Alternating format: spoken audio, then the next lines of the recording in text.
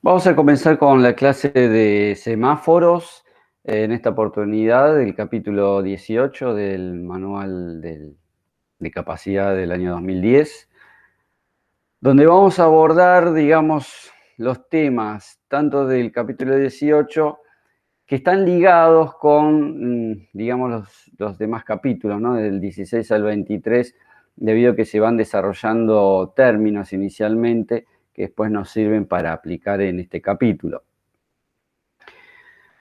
Comenzando un poco con la descripción de lo que es la operación semafórica, ¿no? Es decir, mayormente son tres los tipos de semáforos que encontramos. En primer lugar, tenemos los semáforos de tecnología más baja, ¿no? Que son los semáforos de operación prefijada o tiempos fijos. Estos semáforos lo que tienen es, digamos, una placa electrónica que va repitiendo todo el tiempo la misma periodo de tiempo donde está la luz verde, la luz amarilla y la luz roja.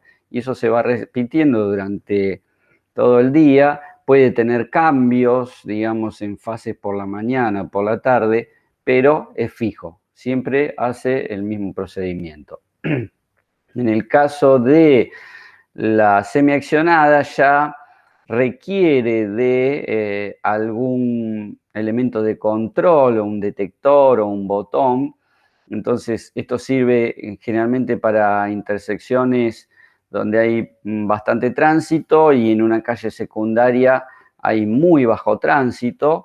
Entonces, poniendo un detector en la calle secundaria, cuando el vehículo pasa a través del detector, activa la fase verde para el camino secundario, poniendo en rojo al principal. Y después, digamos, la operación de mayor tecnología es la totalmente accionada. Esto se hace poniendo detectores en todos los movimientos, es decir, en todas las calles que llegan a la intersección. Estos detectores pueden ser espiras en el pavimento. Hoy por hoy la tecnología ha avanzado muchísimo y hay otro tipo de detectores como radares, como eh, cámaras de video, y lo que hacen es estar conectadas con el sistema de control del semáforo y van dando prioridad o mayor tiempo de verde a aquellos volúmenes de tránsito que son mayores durante el día o durante cualquier momento. Esto tiende también a estar centralizado en una computadora que tiene todos los semáforos en línea para poder ajustarlos en tiempo real. Eh, Vamos un poco al concepto de lo que es la intersección semaforizada, ¿no? Es decir, siempre venimos estudiando capacidad y nivel de servicio en todo lo que son los análisis de tránsito. En este caso también vamos a estudiar la capacidad y el nivel de servicio, pero a diferencia de que en este caso podemos tener situaciones donde la capacidad sea buena, sea correcta, la relación volumen-capacidad, pero no así el nivel de servicio. Es decir, tengo una avenida con una cantidad de carriles suficiente, el volumen no es grande, entonces tiene capacidad, pero como está controlado por semáforos, hay problemas en la sincronización de los semáforos, en las maniobras de los vehículos, en los conflictos de los movimientos con peatones, con bicicletas o con giros de los mismos vehículos. Entonces, esa situación que vamos a estudiar ahora en esta clase hace que baje drásticamente el nivel de servicio. Por eso es que lo afrontamos, digamos, de una manera diferente en este caso. Para hablar un poco de lo que es el análisis de la capacidad y la relación volumen-capacidad, vamos a estudiarlos en periodos cortos. Un semáforo se estudia en un periodo de 15 minutos o en una hora. Hoy la tendencia es, bueno, estudiar 1 hora, pero teniendo en cuenta la incidencia máxima de los 15 minutos para no tener, digamos, colas excesivas que produzcan congestión, ¿no? Y por otro lado, vamos a analizar el nivel de servicio de la intersección en base a la demora de tiempo. Demora de tiempo que va a tener el vehículo que llega en la cola del semáforo que se pone en rojo, espera el tiempo, se pone en verde y atraviesa la intersección. Cada uno de los diferentes movimientos van a tener una demora. Esa demora va a ser la demora de la intersección y la que me va a dar el nivel de servicio.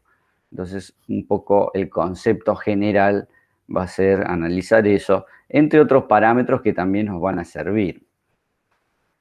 Cuando encaramos un estudio de semáforos, puede tener diversos objetivos.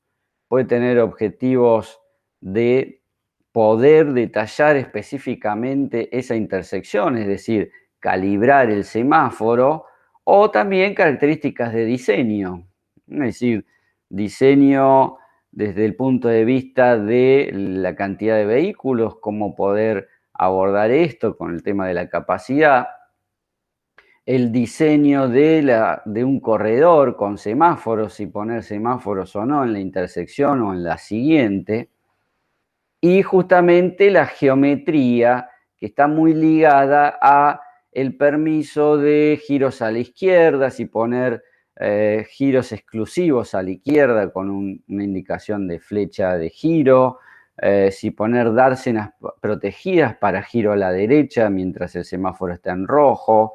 Eso es un elemento muy utilizado en muchos países. Acá no tenemos muchos casos, pero también existe. Y después también tenemos el objetivo de planeamiento en general, ¿no? Es decir, en el planeamiento urbano, poder estudiar los corredores en todas las diferentes accesos hacia diferentes lugares. Entonces ahí, para cada caso que vamos a estudiar, en este cuadro un poco les va a decir a dónde hay que apuntar el análisis y cuáles son los datos de ingreso. La temática de análisis de semáforos es una temática compleja, más que nada por los algoritmos y las ecuaciones matemáticas que lleva y las diferentes variables. Por eso que vamos a tratar de que esta clase sea lo más expeditiva posible y que les deje puntualmente los conceptos y los ordene al momento de entender los diferentes criterios que vamos a estar utilizando. Es por ello que lo dividimos en bloques, es decir, por un lado tenemos el bloque puro de entrada, donde vamos a tener todos los datos que vamos a necesitar recabar, ya sea la geometría de la intersección, los volúmenes de tránsito, los tiempos de los semáforos, todo lo que es la demanda, es decir, la cantidad de vehículos en la hora, cómo se distribuyen esos vehículos. Vamos a ver también el tema de la clasificación, ¿no? Es decir, si son camiones, si son ómnibus, si son vehículos livianos. Y por otro lado, pudiendo determinar la demanda, vamos a estudiar la capacidad y lo que es el flujo máximo de saturación, ¿no? Es decir, a partir de una capacidad, vamos a decirle ideal, la vamos a llevar a las condiciones de proyecto, ajustándola por los parámetros que influyen sobre esa capacidad. Teniendo la capacidad, teniendo la demanda, hacemos la relación volumen-capacidad y de esa manera podemos ya poder tener una primer visualización de qué es lo que debemos ajustar. A partir de ahí tenemos medidas de eficiencia, como ser las demoras en la intersección. Recuerden que las demoras las vamos a calcular para cada uno de los movimientos de la intersección. Entonces, las demoras en globales en conjunto, y con eso vamos a determinar el nivel de servicio, que es justamente lo que queremos también hallar, además de la relación volumen-capacidad. Acá este cuadro, va a haber muchos cuadros en la presentación. Ustedes cuando vean la presentación pueden detenerlo y mirarlo específicamente. También tenemos la presentación disponible para que ustedes puedan acceder a ella. Pero un poco acá los que los ordena es cómo o qué parámetros tenemos que usar para los casos de estudio. Es decir, para todo lo que es tránsito vamos a hacer los volúmenes, es decir, vamos a tener que tener o conteos in situ para un caso de operación o alguna previsión, digamos, en el caso de una asignación para un diseño. Atado con ello, vamos a tener su clasificación, o sea, si hay vehículos pesados, si hay ómnibus, y factores principalmente de flujo de tránsito y capacidad. Para el lado de la geometría necesitamos conocer todo lo que tenga que ver con la intersección, ¿no? Es decir, la cantidad de carriles por sentido de circulación, sus anchos, el ancho de calzada, si tiene pendiente o no tiene pendiente, si hay posibilidad de estacionamiento en la vía pública, es decir, un relevamiento completo de la intersección.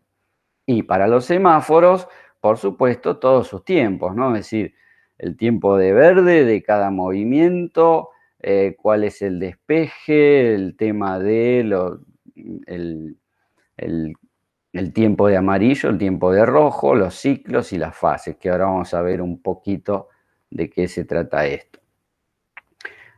Acá les dejamos un resumen porque todo lo que es el análisis semafórico lleva un montón de términos y definiciones que quien trabaja habitualmente con esto ya está familiarizado, y ustedes que lo están viendo por primera vez, acá van a encontrar todos los símbolos. Esto en el manual también lo tienen y en los apuntes que nosotros le hemos dejado. Cada símbolo tiene, digamos, para cada parámetro, y para que ustedes cuando analicen la fórmula sepan qué es cada término, lo pueden encontrar acá. En principio, digamos, vamos a empezar a hablar de lo que es el tiempo de ciclo. Este tiempo de ciclo es el tiempo total que tiene el semáforo hasta que repite nuevamente la secuencia. Es decir, es el tiempo total para dejar pasar a todos los movimientos para volver otra vez a recomenzar. En cambio, lo que hablamos, por ejemplo, de fase, es el segmento del ciclo, también medido en segundos, el cual puede permitir un movimiento o combinación de ellos, ¿no? Eh, en simultáneo. Entonces, la fase, la suma de las fases, me va a dar el tiempo de ciclo. Es decir, primero pasan en la primera fase los vehículos que viajan en dirección sur-norte. Y después en otra fase viajan los que están en dirección este a oeste.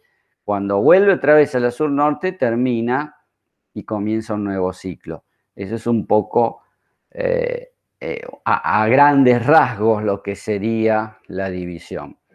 Después vamos a ver un montón de términos, ¿no? Es decir, el tiempo de verde es una definición que parece trivial, ¿no? Es decir, de alguna manera, es decir, es el tiempo en el cual la luz está en verde. Ahora bien, dentro de ese tiempo hay un montón de pérdidas de tiempo por características físicas, ¿no? Es decir, que han sido estudiadas por mucho tiempo. Cuando comienza la fase verde, el vehículo tarda unos segundos, ya sea en arrancar o en poner el cambio o en avanzar y ponerse en movimiento. Ese tiempo es el que llamamos el tiempo perdido, ¿no? Es decir, el tiempo inicial perdido hasta que se pone en movimiento. Lo mismo al final, cuando ya pasan todos, hay un tiempo de despeje, ¿no? Es decir, el tiempo en el cual terminan de pasar la intersección. Esos tiempos muertos, esos tiempos perdidos, hacen que la señal de verde no sea efectivamente usada por completo. Entonces ahí hablamos justamente del tiempo efectivo de verde. Lo mismo pasa con el tiempo efectivo de rojo, ¿no? Es decir, hay momentos en que la intersección está en rojo de ambos lados y no es que sea un problema de sincronización, es justamente hecho para poder dar tiempo a los despejes. Entonces acá tienen toda la lista para interpretar todas las ecuaciones, más allá que después las aclaramos. Este es un típico gráfico para entender un poco la cuestión de las fases de un semáforo, ¿no? Es decir, en esta fase que tenemos acá, tenemos el tiempo de verde, el amarillo y justamente el rojo en el cual no está permitido el paso. En todo este tiempo se permite el paso, pero a su vez tenemos que descontarles los tiempos perdidos iniciales y el del despeje final. Al tiempo de amarillo le tenemos que restar el tiempo de despeje final. Si concentramos los tiempos perdidos en uno solo, me va a quedar el verde efectivo por un lado y el rojo efectivo por el otro. Entonces acá tienen las diferentes, digamos, las diferentes presentaciones donde vamos analizando paso a paso para determinar el tiempo de verde efectivo, que está dado por las pérdidas de las demoras del tiempo de verde total, y lo mismo para digamos, tiempo de rojo. Por lo general, para que ustedes tengan una idea, y siempre hablando y llevándolos a la práctica, estamos hablando de 2 segundos por cada tiempo perdido, ¿no? Es decir, un poco lo que se acostumbra a determinar. El análisis de la capacidad, y quizás esto sea una de las ecuaciones más importantes del análisis semafórico, es el concepto de multiplicar la intensidad total de servicio, en el caso de la máxima posible, que sería la de saturación, por la relación verde efectivo sobre ciclo. ¿Qué me quiere expresar esto? Fíjense si desglosamos esta ecuación, termina siendo una ecuación sencilla, porque esto es la máxima capacidad que tiene la intersección por su cuestión geométrica, cantidad de carriles. Entonces, si no hubiera semáforo, es decir, no habría este término, la capacidad sería la máxima capacidad posible de pasar. Ahora, esta capacidad está cortada por momentos durante un ciclo y solo pasa cuando está efectivamente el verde. Entonces, si a una intensidad de saturación que la medimos en vehículos por hora, la multiplicamos por la cantidad de tiempo o el porcentaje que tiene sobre la hora el verde, me va a dar efectivamente solo los vehículos que pasan. Y esa va a ser la capacidad que va a tener la intersección. Luego de ahí podemos derivar en hacer, digamos, un reemplazo de estos términos diciendo, bueno, si la relación volumen-capacidad está dada por el volumen dividido este término, me va a quedar que si yo multiplico el volumen por el ciclo, dividido la intensidad de saturación por el tiempo efectivo de verde, me va a dar la relación volumen-capacidad. Eso es como para, digamos, los ejercicios que después vamos a encarar en práctica. Hablemos de la metodología que propone el manual, ¿no? Es decir, el manual nos ordena con un gráfico de 10 pasos, donde, digamos, inicialmente, en los primeros pasos, hasta el cuarto paso, lo que me pide son datos de tránsito, ¿no? Es decir, cómo se agrupan los vehículos en los carriles, cómo es la relación, digamos, en el movimiento, es decir, quiénes giran a la izquierda, quiénes giran a la derecha, quiénes son los que siguen recto, determinar esos volúmenes uno por uno, es decir, la metodología hace que tenga que estudiar cada uno de los movimientos, ya sea la intensidad, la capacidad y justamente la demora. Después vamos a sumar esas demoras para toda la intersección. Y después tenemos todo lo que es los tiempos semafóricos, ¿no? Es decir, los tiempos mínimos de semáforo, justamente para poder cruzar esa intersección, ¿no? Más que nada por peatones y bicicletas. La relación que hay entre el volumen y capacidad y el nivel de demoras que tiene la intersección para poder calificarla. La metodología propone un gráfico donde muestra para cada movimiento, ¿no? Es decir, después cuando nosotros empezamos a aplicar esto, ya sea en el software de esta aplicación, es decir, este manual tiene un software donde tiene incluido todos estos algoritmos que me permiten hacer los cálculos,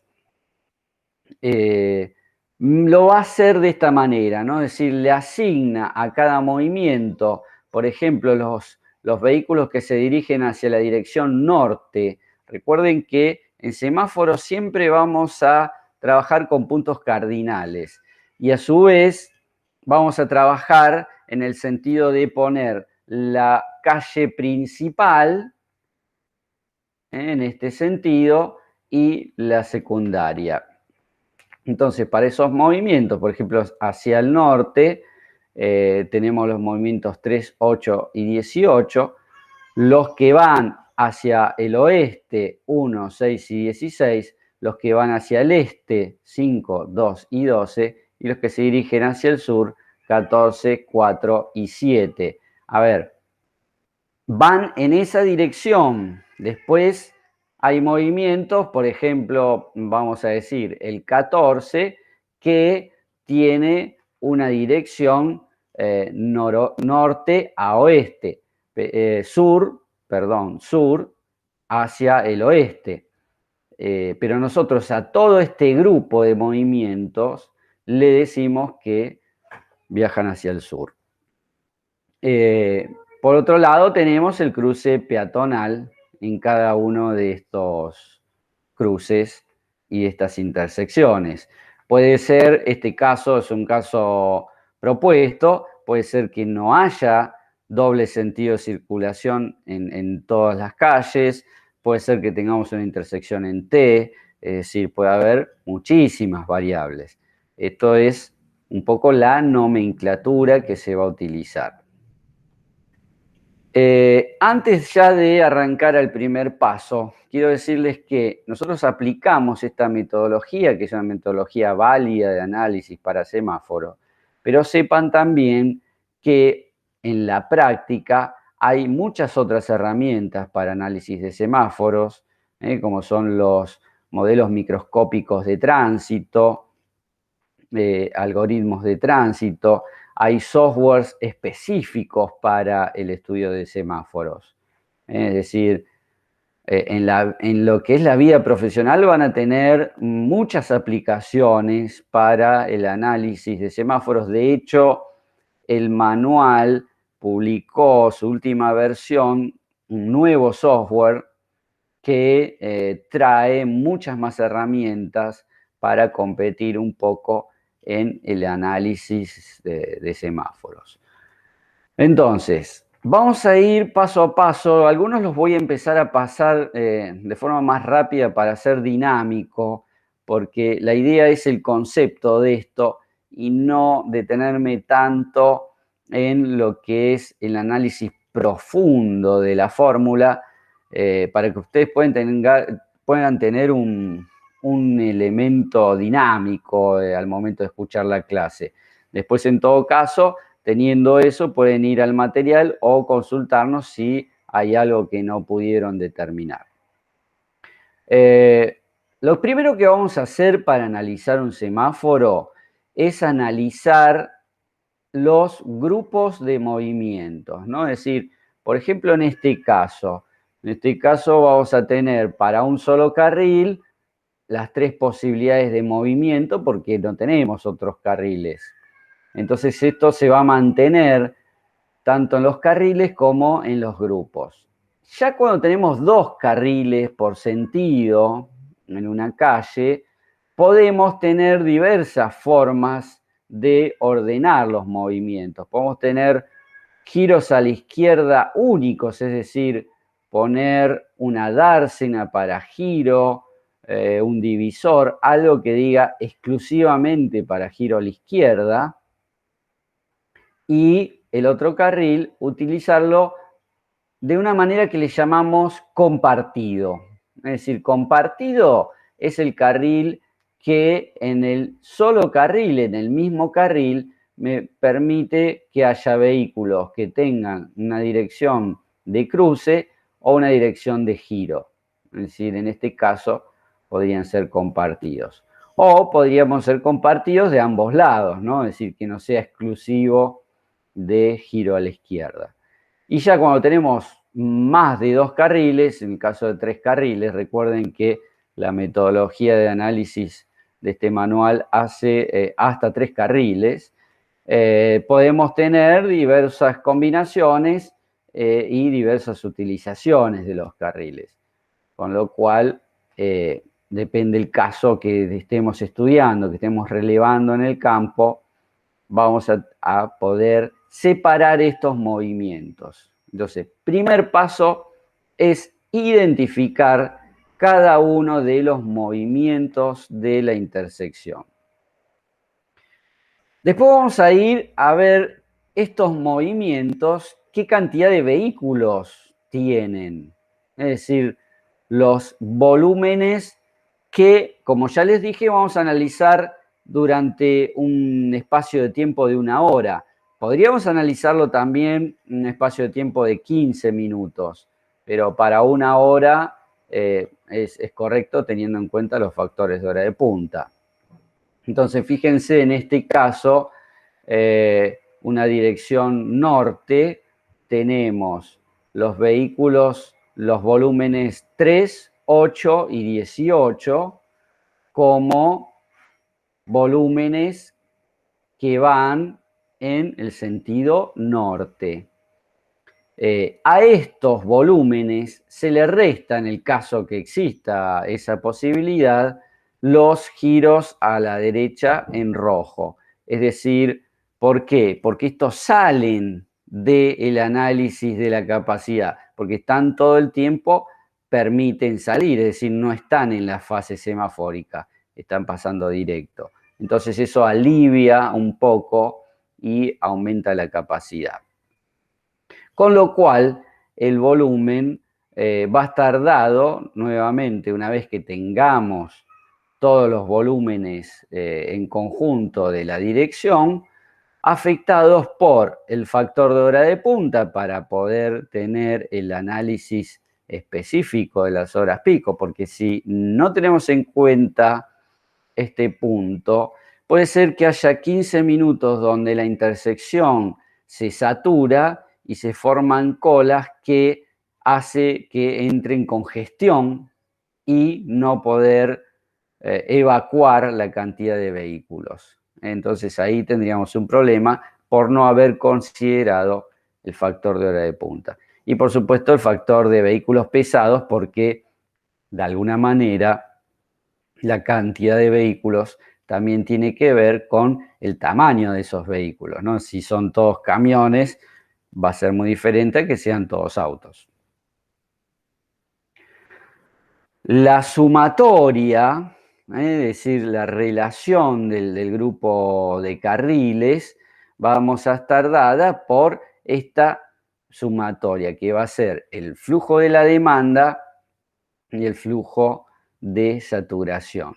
Es acá donde nosotros tenemos la cantidad de carriles por estos volúmenes y de saturación. Esto es justamente lo que estamos analizando como la relación de flujo de los carriles. Vamos a determinar cuál es la saturación, ¿no? Es decir, hablamos de saturación como el volumen máximo de vehículos que puede soportar el movimiento. Como les dije, la metodología que propone el manual es partir de una cantidad de vehículos básica en características ideales, vamos a llamarle. Por ejemplo, ahora lo vamos a ver, ¿no? Pero hablando de 1900 vehículos por hora, y a esa característica ideal le vamos a ir afectando todos los parámetros que tiene nuestro proyecto, que justamente los enunciamos todos en este lugar. Es decir, el factor S0 es la saturación básica o ideal, y después lo vamos a ir ajustando por ancho de carril, por vehículos pesados, por la pendiente de la intersección, por los autobuses, las paradas de autobuses, por el tipo de área, es decir, un poco como hablábamos antes de cómo es lo que estamos analizando, cómo se distribuyen los carriles, los giros, izquierda, derecha y cruces de peatones. Vamos en particular a cada uno, así lo ven en detalle.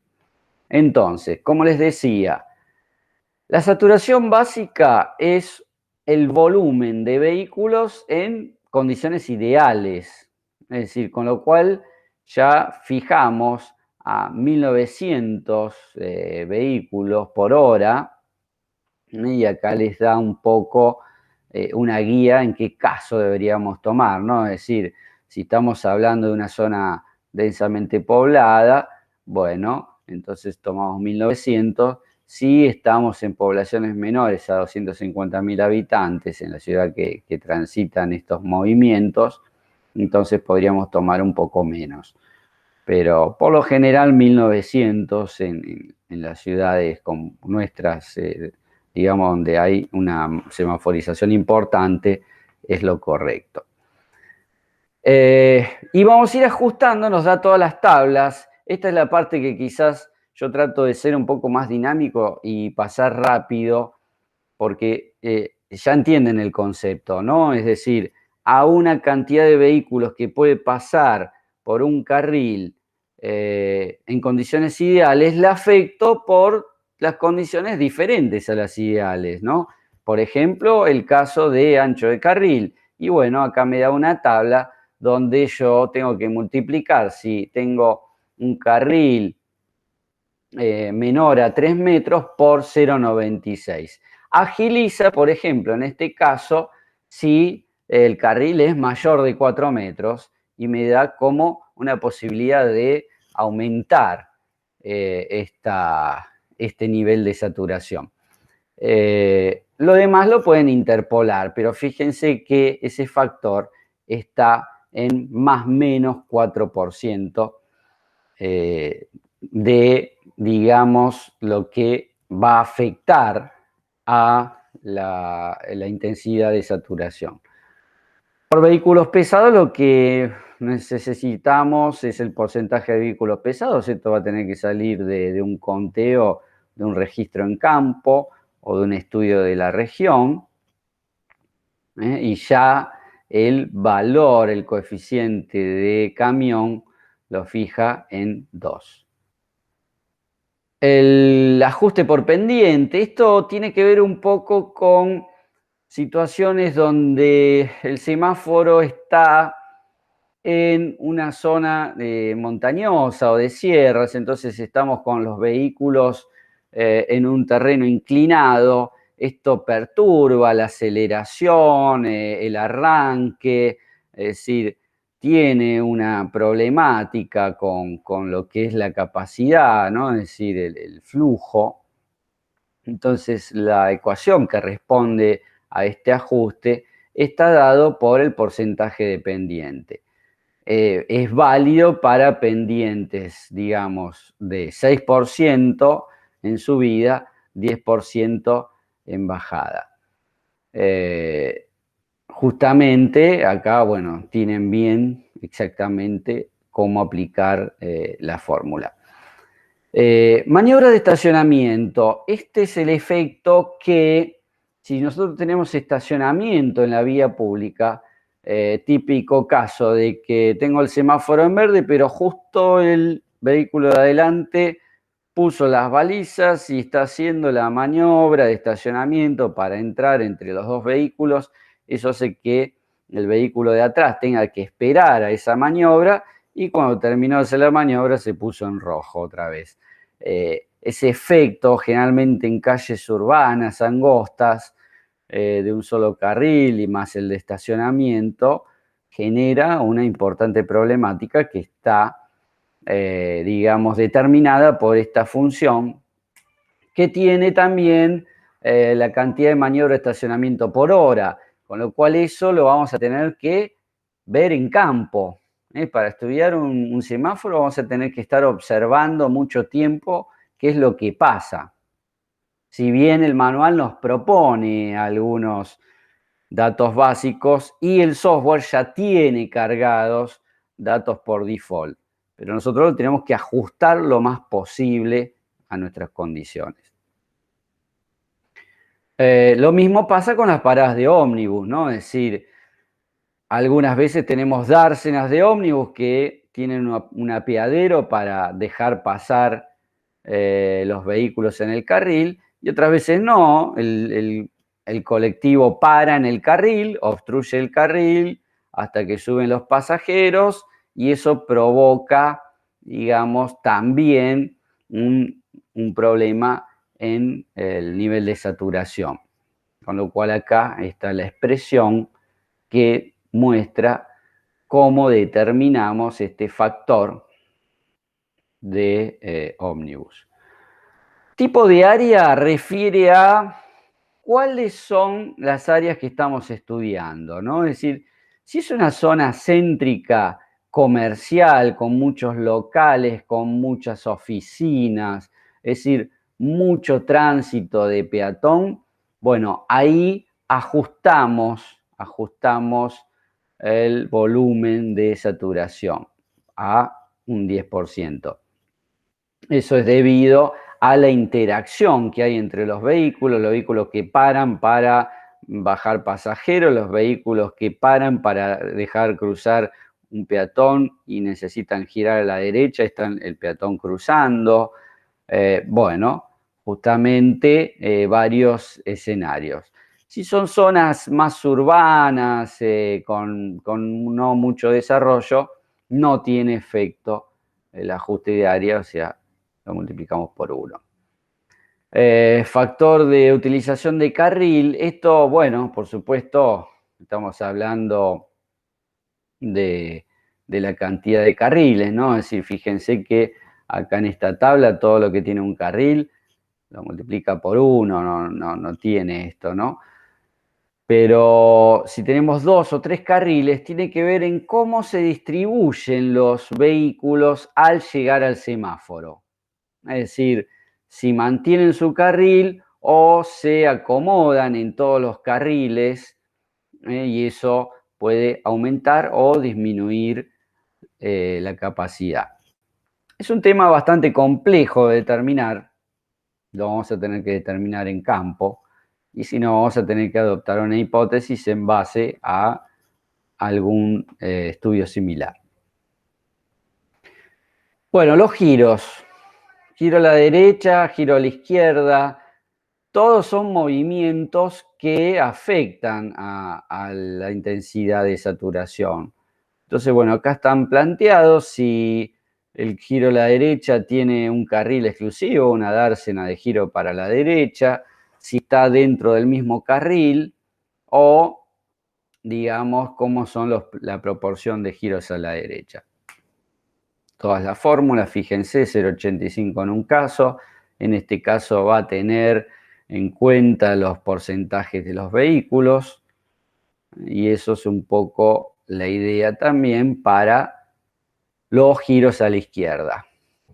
Siempre tengan en cuenta que si no hay ninguno de estos movimientos, le vamos a poner 1. Es decir, esto es un efecto que provoca una disminución en el caso de que existan o se permitan estos giros.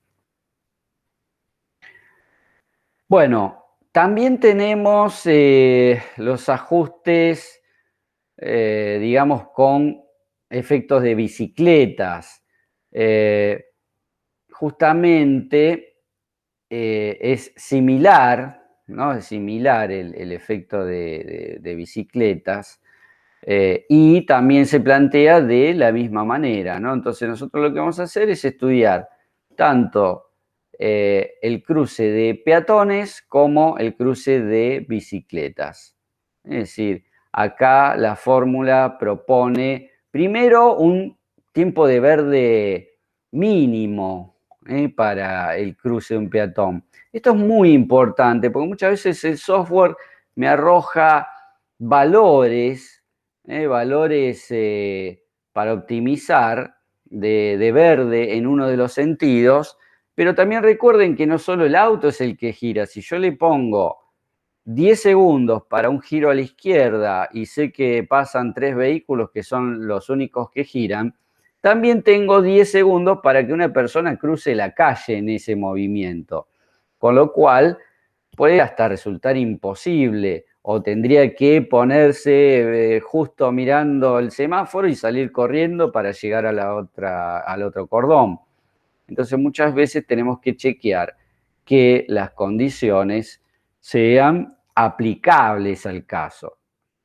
Es así que tenemos el tiempo de verde mínimo del cruce peatonal en base a la velocidad del peatón, la longitud que tiene que atravesar. Fíjense, en este caso les propone si el cruce es mayor a 10 pies, que serían más de 3 metros, si es menor, ¿no? Es decir, un poco diferentes opciones y diferentes algoritmos.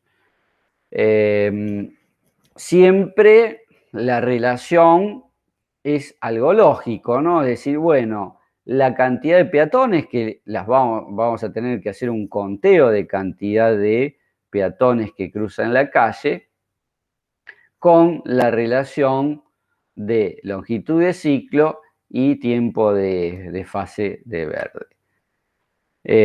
Una de las cosas son la ocupación peatonal en la senda, ¿no? Es decir, si estamos analizando una ciudad con un gran movimiento comercial, un gran movimiento de peatones, donde hay una masa importante de cruce de peatones, generalmente en las estaciones de transferencia, las estaciones de trenes, salen grandes cantidades de personas desde otro medio de transporte, salen caminando y hay una importante cantidad de personas cruzando. Bueno, un poco esto es cómo ocupan la senda, el ancho de la senda, para empezar a determinar un poco cuál es la ocupación que tienen los peatones. Entonces, para los casos de estos peatones, lo que hacen es reducir tanto sea los giros a la izquierda como los giros a la derecha, tal como los vimos acá en en este gráfico, ¿no? Donde nosotros tenemos los peatones cruzando y tenemos un conflicto con los vehículos que giran a la derecha. Peatones cruzando en esta calle y conflicto con los que giran a la izquierda. Se reduce si tenemos más de un carril, es decir, cuando nosotros tenemos dos carriles, por ejemplo, ahí podemos hacer una reducción debido a que la masa de peatones va cruzando y ya al haber más carriles permite a los autos empezar a moverse antes una vez que pasaron y liberen uno de los carriles. Entonces la fórmula me está reflejando esto. Por último, lo que vamos a determinar son los dos factores, tanto de bicicletas como de peatones. Bien. Una vez que tenemos la intensidad de saturación, es decir, la capacidad máxima de los vehículos y los volúmenes, pasamos a todo lo que tiene que ver con la determinación semafórica. Es decir, ya tenemos la relación volumen-capacidad. Bueno, ahora vamos a ver qué pasa con las fases semafóricas. Para eso hay un concepto que se incorpora, un concepto nuevo en semáforos, que es el tipo de llegada durante la fase verde. La cataloga de 1 a 6. Acá les muestro las primeras 3, en la siguiente diapositiva las siguientes 3, donde el tipo 1 es la peor condición, ¿no? Es decir, estaríamos hablando de un semáforo muy mal sincronizado. Dio luz verde en la calle anterior y justo cuando están llegando a la intersección se pone en rojo. Ese es un tipo de llegada 1. Es decir, fíjense en la definición, ¿no? Es decir, un pelotón denso que tiene más del 80% del tránsito que va en el grupo de carriles, llega justo al comienzo de la fase roja. Esta es la peor condición. Entonces, esto es muy importante porque esta condición, si se da, va a influir mucho después en las demoras. Y después va haciendo, digamos, una especie de escalera, ¿no? Es decir, el tipo 2 me está dando que prácticamente la mitad de los vehículos llegan a la fase roja, es decir, ahí habla entre 40 y 80%. El tipo 3 ya es un poquito más leve, es decir, y van llegando más desordenados. El tipo 4 ya es moderado, es decir, llegan pocos a la fase roja y están llegando, digamos, a la fase verde más vehículos. El tipo 5 es una cantidad de vehículos, es decir, casi prácticamente una densa cantidad que llega en verde, quedando, digamos, alguna pequeña cantidad que les agarre en rojo. Así ya no queda prácticamente cola, sino que quedan algunos vehículos. Esto es como lo más típico en calles con volúmenes bajos, ¿no? Es decir, prácticamente pasan todos. Y bueno, tipo 6 sería algo ideal, ¿no? Es decir, es excepcional, sería como la onda verde, ¿no? Es decir, todos los vehículos llegan y pasan y está perfectamente sincronizado. Este tema es muy importante, aunque suene como algo, digamos, menor, porque es muy sensible el cálculo de semáforos a el tipo de llegada, justamente por las demoras. Entonces, hay que ser muy cuidadosos.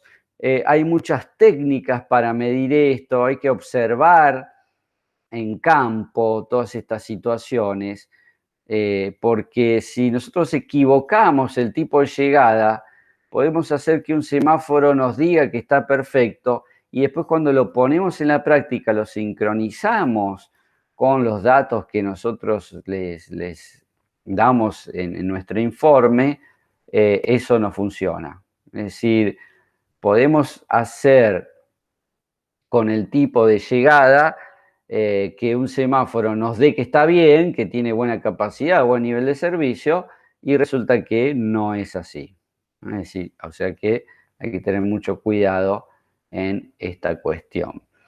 Eh, Bien, pasando al paso 5, vamos a ver un poco acá en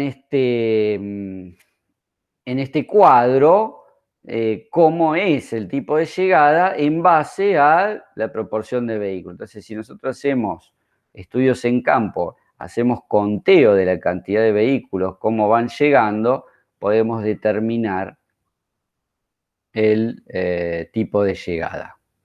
Es decir, determinarlo de forma correcta. Bueno, duración de la fase verde. Acá un poco empezamos a ver los ajustes de semáforo. Después, si tenemos oportunidad de manejar el software, vamos a ver que tenemos que ajustar esto, ¿no? Es decir, la duración de la fase verde.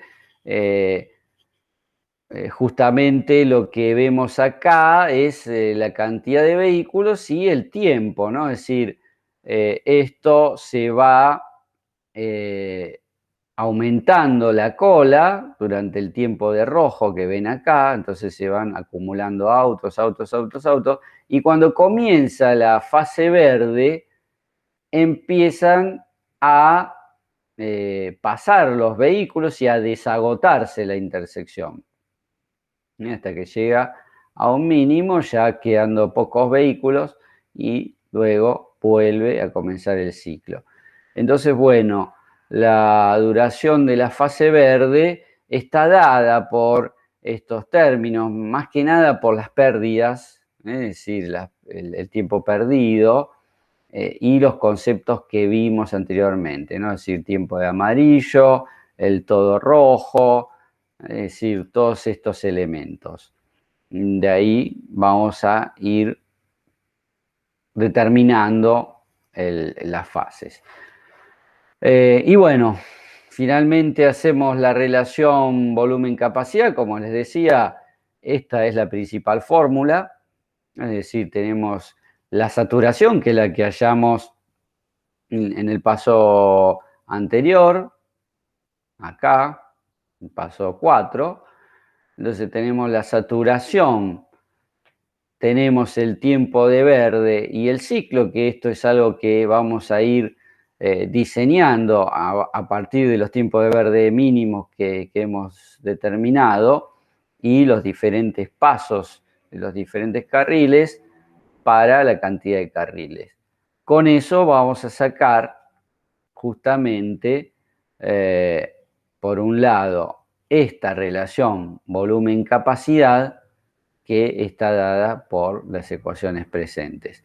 Hay una relación volumen-capacidad crítica.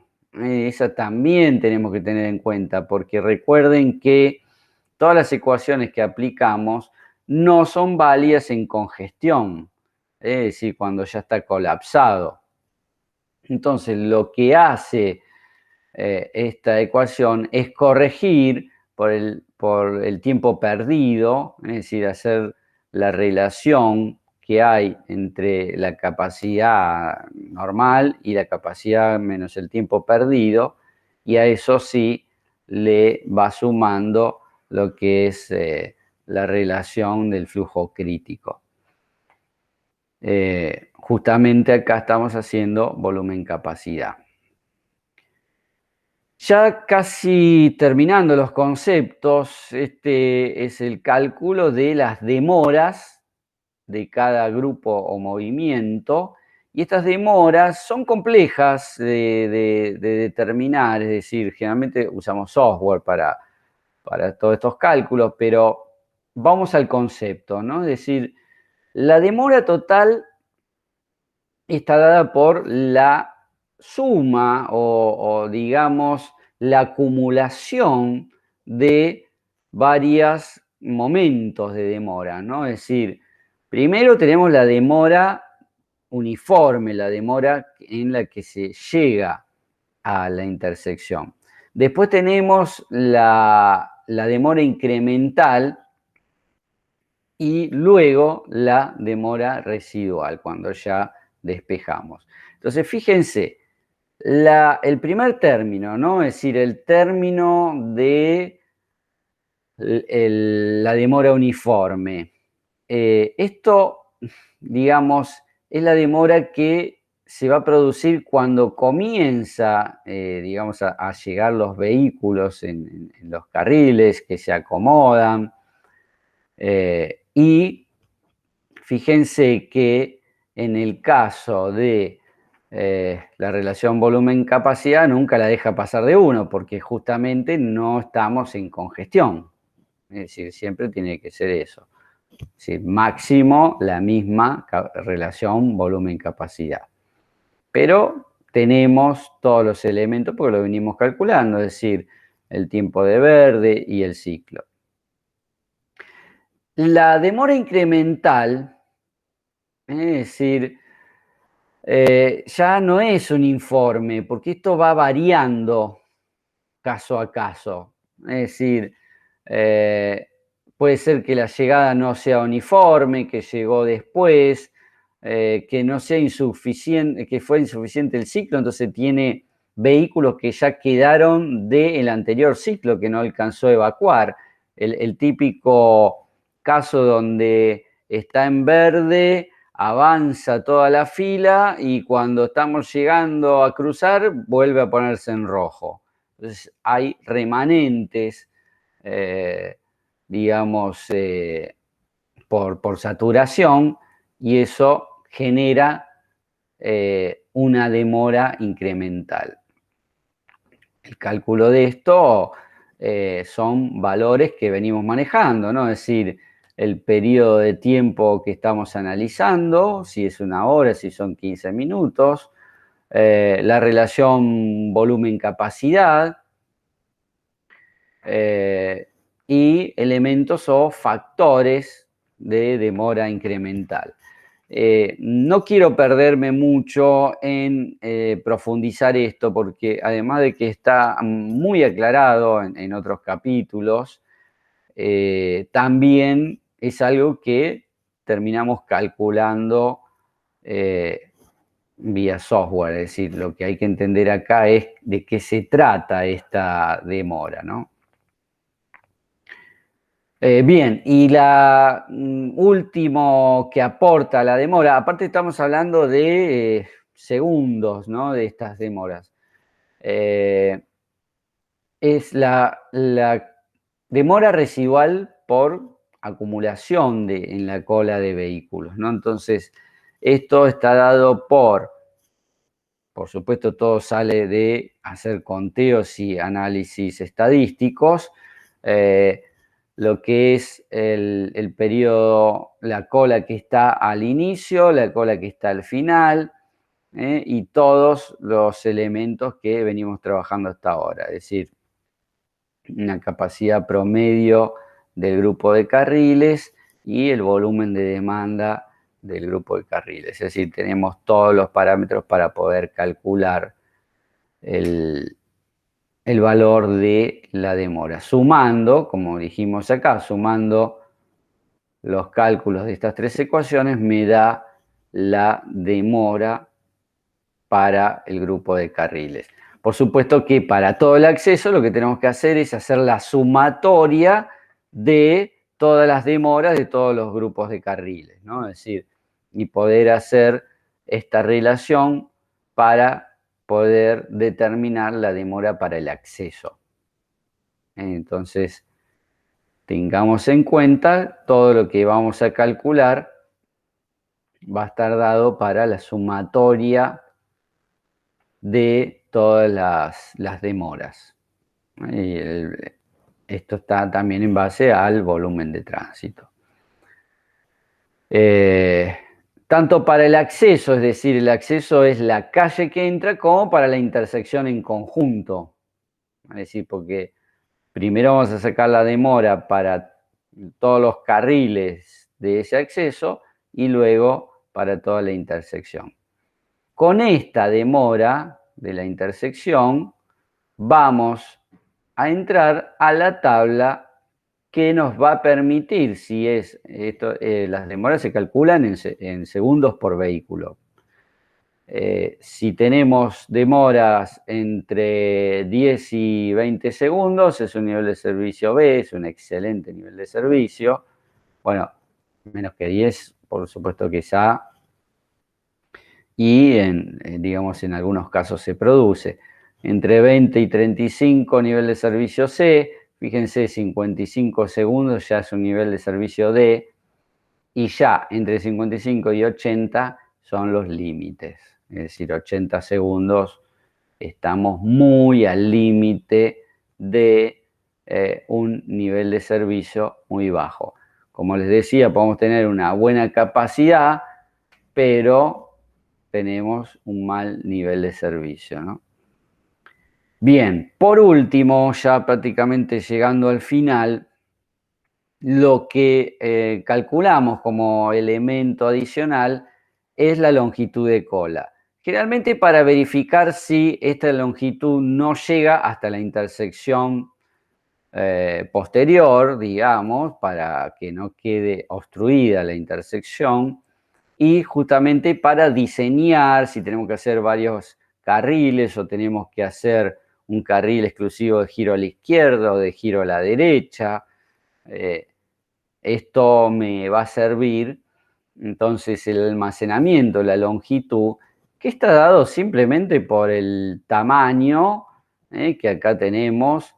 Todo esto sale de observaciones de campo, ¿no? Es decir, hipótesis que tomamos, que ya muchas están tabuladas, ¿no? Es decir, bueno, ¿cuál es la separación entre vehículo y vehículo?